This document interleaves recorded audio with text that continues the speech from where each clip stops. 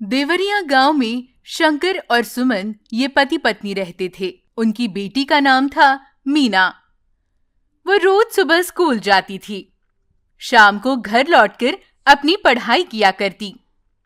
वो दोनों पति पत्नी सब्जियां बेचकर अपने परिवार का गुजारा कर रहे थे। एक दिन वो दोनों भी सब्जियां बेचते बेचते अलग अलग दिशाओं में चले जाते हैं। शंकर जिस रास्ते से जा रहा था, उस रास्ते पर एक कार तेजी से आ रही थी।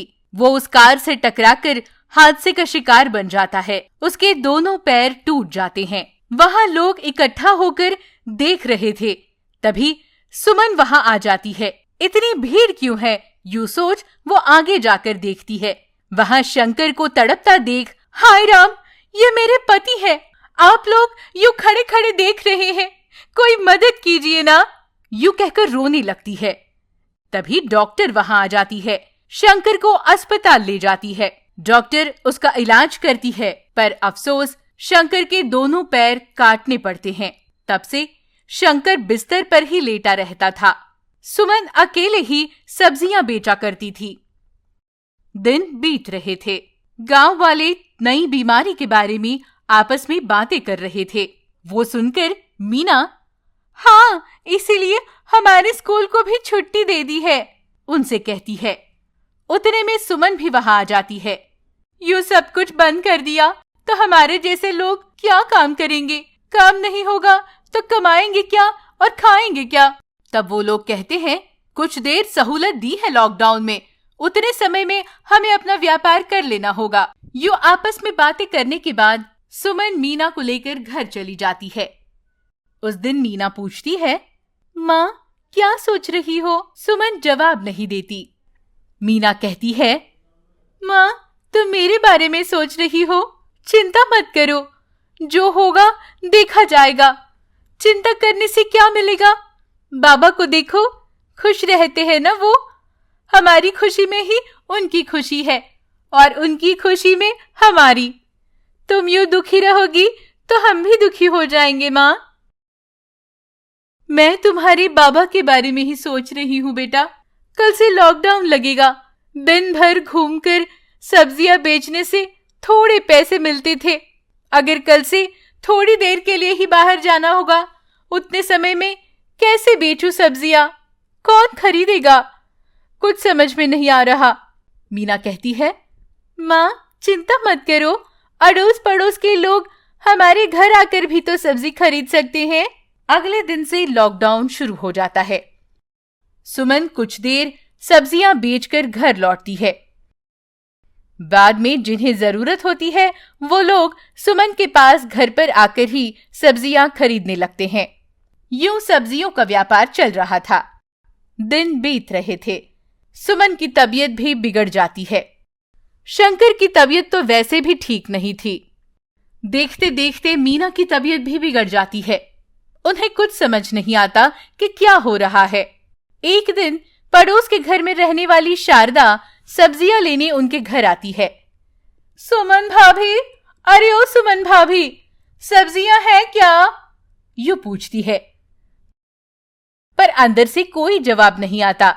तब शारदा अंदर जाकर देखती है। तीनों की हालत देख, हाय राम, तुम तीनों की ये क्या हालत हो गई है? मैं अभी डॉक्टर को ले आती हूँ। यूं कहकर फिर शारदा डॉक्टर के पास जाकर सारी बातें बताती है। डॉक्टर तुरंत आकर उनका इलाज शुरू कर देती है। उन्हें ऑक्सीजन की सप्लाई भी देती है। दवाइयां देकर समय पर खाने को कहती है। कुछ ही दिनों बाद एक दिन सुमन, भूख लगी है, खाना चाहिए, यूं चिल्ला रही थी। ये सुनकर मीना, माँ, भूख लगी है, रुको, मैं तुम्हारे लिए कुछ बनाकर लाती हूँ, यूं कहती है। रसोई में जाकर मीना खाना बनाने लगती है। फिर माँ को अपने हाथों से खिलाती है। सुमन कहती है, हे भगवान, ये कैसी मुश्किल घड़ी है। कभी सोचा नहीं था कि ऐसा दिन भी देखना पड़ेगा, यूं व्यथित होकर कहती है। बाद में मीना शंकर को भी खाना खिलाकर दवाई दे देती है। मीना की तबीयत में सुधार आ रहा था। माँ बाबा की तबीयत ठीक ना होने पर मीना ही उनकी देखभाल कर रही थी। छोटी उम्र में इस बच्ची को क्या कष्ट उठाने पड़ रहे हैं, ये देख पड़ोसी, अरे बेचारी बच्ची, सारे घर की जिम्मेदारी यही संभाल रही है। ये मनहूस बीमारी भी ऐसी है कि लोग एक दूसरे की मदद चाहकर भी नहीं कर सकते। संक्रमण का धोखा भी तो है, यूं कहते हैं। मीना उनकी बातें अनसुनी कर देती है। उतने में डॉक्टर उन्हें देखने आती है, दवाइयां देकर जाने लगती है। तभी मीना पूछती है, डॉक्टर, सारे लोग इस बीमारी से डर रहे हैं, पर आप यहाँ आती हैं, आपको संक्रमण का डर नहीं लगता? तब डॉक्टर कहती है, बेटा, ये बीमारी एक दूसरे के संपर्क में आने से फैलती जरूर है, पर सही एहतियात बरतने से इस संक्रमण से खुद को बचाया भी जा सकता है। मैं तो एक डॉक्टर हूं। मैं अगर ऐसा सोचकर डर के घर बैठ गई तो तुम लोगों को सही इलाज कैसे मिलेगा? इसीलिए सारे डॉक्टर सावधानी से अपना ख्याल रखते हैं और लोगों की सेवा करते हैं। यूं कहकर डॉक्टर चली जाती है। मीना बाहर आकर पड़ोसियों से, सच में अगर आप हमारी मदद करना चाहते हैं तो यूं नहीं सोचेंगे। डॉक्टर भी तो इंसान है, पर वो हमारी सेवा करने से पीछे नहीं हटती।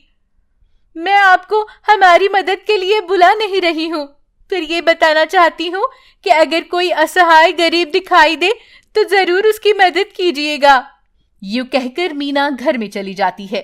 वो बातें सुनकर शारदा, इतनी सी बच्ची है पर बात तो बड़ी अकल की कर दी इसने, यूं कहकर अपने अपने घरों में चले जाते हैं। मीना खाना बनाकर अपने माँ बाबा को खिला रही थी। घर के सारे काम, सफाई, कपड़े धोना, बर्तन मांजना वो खुद करती है। उसकी मेहनत देख सुमन शंकर से कहती है, देखिए, हमारी बेटी हमारे लिए कितने कष्ट उठा रही है। अब हम उसके माँ बाबा नहीं, बल्कि वही हमारी माता पिता सब कुछ है। शंकर भी व्यथित होकर, सही कह रही हो तुम सुमन, भगवान मेरे साथ ऐसा करेगा मैंने सोचा न था, और हम दोनों यूं बिस्तर पर बीमार पड़े रहेंगे, ऐसे तो मैंने कभी नहीं सोचा। हमारी बदकिस्मती है, हमारी बेटी के नसीब में इतने कष्ट लिखे हैं भगवान ने, यूं कहता है। कुछ और दिन बीत जाते हैं। मीना घर के काम करते करते माँ बाबा का अच्छे से ख्याल रखती है। धीरे धीरे सुमन की तबीयत में भी सुधार आता है। शंकर भी ठीक हो जाता है। मीना, तुमने हमारी बहुत सेवा की है बेटा, अब मैं ठीक हो गई हूं ना, तुम आराम करो, ये काम मैं कर लूंगी, सुमन कहती है। माँ, अभी तो तबीयत ठीक हुई है तुम्हारी, थोड़े दिन आराम करो वरना कमजोरी आ जाएगी, मीना कहती है। आराम करने चली जाती है। बाद में डॉक्टर वहां आती है, उनकी तबीयत के बारे में पूछती है। वो कहती है, आप बहुत किस्मत वाले हैं, इस बीमारी से जल्दी ठीक हो गए, भगवान की दया है आप पर। सुमन कहती है, हाँ डॉक्टर, हमारा भगवान मेरी बेटी के रूप में हमारे साथ है। इसने हमारी बहुत सेवा की, हमें समय पर खाना खिलाया, दवाइयां दी। इतनी छोटी उम्र में हमारे लिए कष्ट उठाकर हमें इस बीमारी से बचा लिया इसने। ऐसी बेटी किस्मत वालों को ही नसीब होती है डॉक्टर, यूं कहकर वो मीना को गले लगाती है। डॉक्टर भी, बिल्कुल सही कह रही हैं आप, मीना रोते हुए कहती है। माँ, तुम दुखी मत हो, मैंने आपकी सेवा ही तो की है। मैं भी बड़ी होकर इनकी तरह पढ़ लिख कर डॉक्टर बनना चाहती हूँ, लोगों की सेवा करना चाहती हूँ। सुमन कहती है, जरूर बेटा, मैं तुम्हें खूब पढ़ाऊंगी, डॉक्टर बनाऊंगी।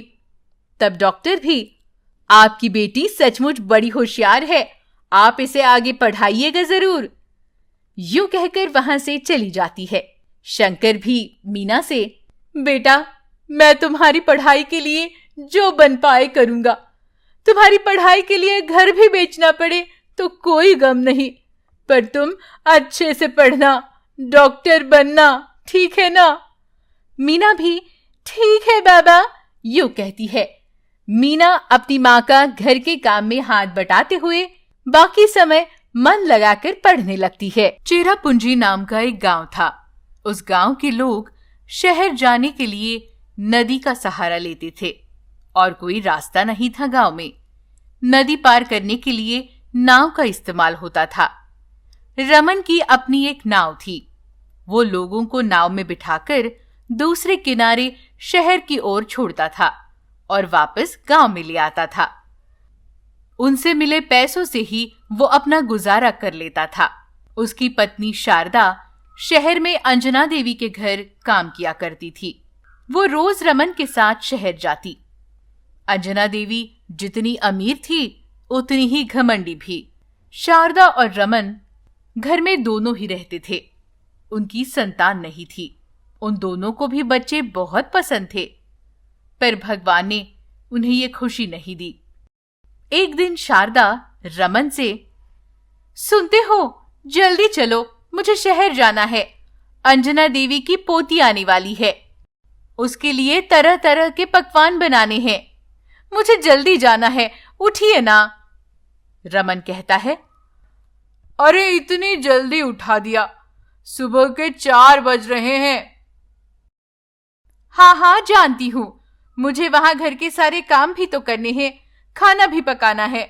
समय नहीं है मेरे पास, चलिए ना। शारदा उसे उठने पर मजबूर करती है। रमन भी जल्दी से नाव चलाकर शारदा को उस किनारे पहुंचा देता है।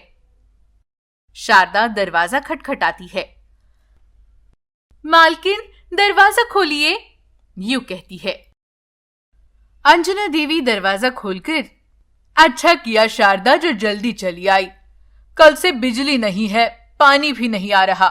तुम्हें कपड़े धोने नदी पर जाना होगा, यूं कहती है। ठीक है कहकर शारदा कपड़े धोने के लिए नदी पर चली जाती है। वो वहां कपड़े धो रही थी, तभी उसके पैर के पास उसे कुछ महसूस होता है। वो देखती है, वो एक बड़ा संतरा था, पर सोने का था। शारदा उसे देख दंग रह जाती है। ये क्या अजीब है, यूं कहकर वो उसे पल्लू में बांध देती है। फिर कपड़े धोकर वो घर चली जाती है। रसोई में खाना पकाने लगती है। उतने में अंजना देवी की पोती आ जाती है। शारदा उसे देख, कितनी प्यारी हो, यूं कहकर उसके पास जाती है। वो देख अंजना देवी शारदा से, शारदा उसे छूना मत, यूं कहती है। शारदा ये सुनकर व्यथित हो जाती है। अंजना देवी फिर अपनी पोती को खाना परोसती है। दादी, खाना बहुत स्वादिष्ट है, आपने बनाया? हाँ बेटा, मैंने ही बनाया, अंजना देवी झूठ बोलती है। कुछ देर बाद शारदा, मालकिन काम पूरा हो गया, मैं जा रही हूँ, यूं कहकर वहां से चली जाती है। वो नदी किनारे जाकर पति के लिए इंतजार करने लगती है। उतने में रमन की नाव आ जाती है। वो शारदा को लेकर चला जाता है। घर जाने के बाद शारदा परेशान सी थी। ये बात रमन पहचान लेता है। क्या हुआ, क्या सोच रही हो? सुनिए, क्या हम जैसे गरीबों को अमीर लोगों के बच्चों को छूना नहीं चाहिए? दरअसल बात क्या है शारदा? रमन पूछता है। तब शारदा पति को सारी बातें बताती है। मेरे हाथों का बनाया खाना बच्ची खा सकती है, पर मैं उसे छू नहीं सकती, यूं कहकर शारदा रोने लगती है। रमन उसे समझाता है। उतने में उसका ध्यान शारदा के पल्लू पर जाता है। ये क्या है इसमें? पता नहीं, नदी पर कपड़े धो रही थी, तब ये मिला, यूं कहकर वो पति को देती है। रमन उसे देख, अरे ये तो सोने का है, यूं कहकर दंग रह जाता है। शारदा खुशी से, ओह, तो इसे बेचकर हमें पैसे मिलेंगे ना, तब हमारे सारे कष्ट मिट जाएंगे। हाँ बिल्कुल, रमन कहता है, और वो सोने का संतरा बेच देता है। उन्हें अच्छे पैसे मिलते हैं। वो एक बड़ा घर बना लेते हैं। पर वो सोने का संतरा कहां से आया, ये बात वो दोनों भी नहीं सोचते। अगले दिन सुबह शारदा हमेशा की तरह काम पर जाती है। पर अंजना देवी घर पर नहीं थी। शारदा वापस घर लौट जाती है। अगले दिन भी शारदा काम करने चली जाती है, पर अंजना देवी उस दिन भी घर पर नहीं थी। यूं एक हफ्ता शारदा चक्कर लगाती है। कहाँ गई होगी अंजना देवी, शारदा के समझ में नहीं आता। एक हफ्ते बाद शारदा वापस काम करने चली जाती है। अंजना देवी काफी परेशान थी। उसकी पोती भी रो रही थी। क्या हुआ मालकिन, एक हफ्ता हुआ आप नहीं थी घर पर, क्या बात है, आप परेशान क्यों हैं? शारदा पूछती है। तब अंजना देवी रोते हुए बताती है, मेरे बेटे और बहू की एक हादसे में मौत हो गई है। इतनी छोटी उम्र में इस बच्ची ने अपने माँ बाप को खो दिया। मेरे मरने के बाद इसका ख्याल कौन रखेगा, खुद समझ नहीं आ रहा। शारदा रोते हुए कहती है, मालकिन आप बुरा न माने तो एक बात कहूं, मेरी अपनी कोई संतान नहीं है। आप इसे मुझे दे देंगी तो मैं पलकों पर बिठाकर संभालूंगी इसे। माना कि हम गरीब हैं, पर दिल के अमीर है मालकिन। ये बातें सुनकर अंजना देवी, ओह, तो इसकी जायदाद पर नजर है तेरी, यूं कहती है। क्या करेंगे उस जायदाद का? आपका बेटा क्या उसे साथ ले गया? बताइए। पैसे के लालच में मैं आपसे यूं भीख नहीं मांगती। आपके जाने के बाद आपकी संपत्ति पर कब्जा कर लेती, नहीं कर सकती हूं। अंजना देवी ये बातें सुनकर सोचने लगती है। ठीक है शारदा, देखेंगे, यूं कहती है। तब से शारदा उस बच्ची पर प्यार जताने लगती है। अंजना देवी ये देख मन ही मन मेरी पोती शारदा के पास ही खुश रहेगी। कोई अच्छा मुहूर्त देख इसे गोद लेने को कहूंगी शारदा से, यूं सोचती है। दिन बीत रहे थे। एक दिन वो बच्ची कहती है, शारदा माँ, मुझे नदी में सैर करनी है नाव में बैठकर, क्या तुम ले चलोगी?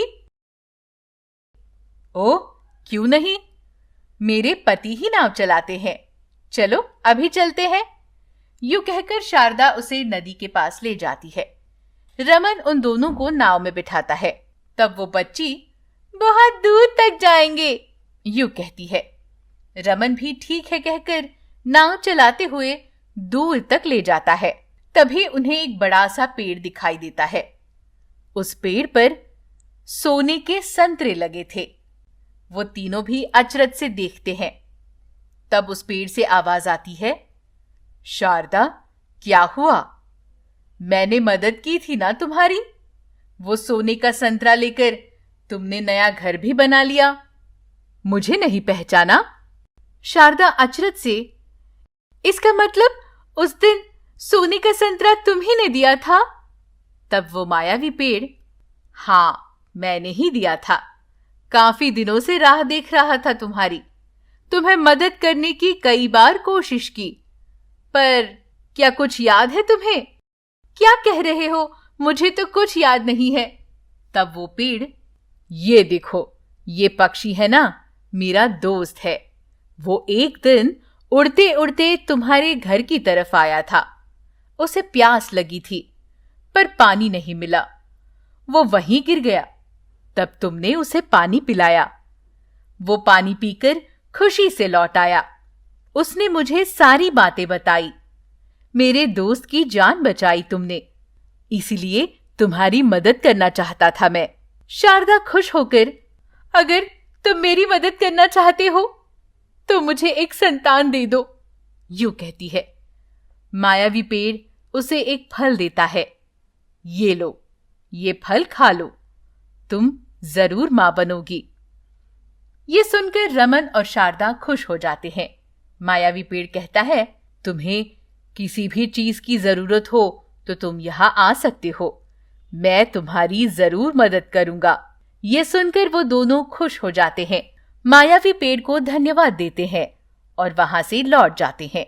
शारदा बच्ची को अंजना देवी के पास छोड़ आती है। फिर रमन के साथ वो घर चली जाती है। मायावी पेड़ ने दिया हुआ फल वो खाती है। कुछ ही दिनों में शारदा गर्भवती बन जाती है। फिर वो अंजना देवी के घर काम करने नहीं जाती। शारदा का हाल पूछने एक दिन अंजना देवी ही अपनी पोती को लेकर उसके घर जाती है। शारदा, आते हुए रास्ते में तुम्हारे पति ने सारी बातें बताई।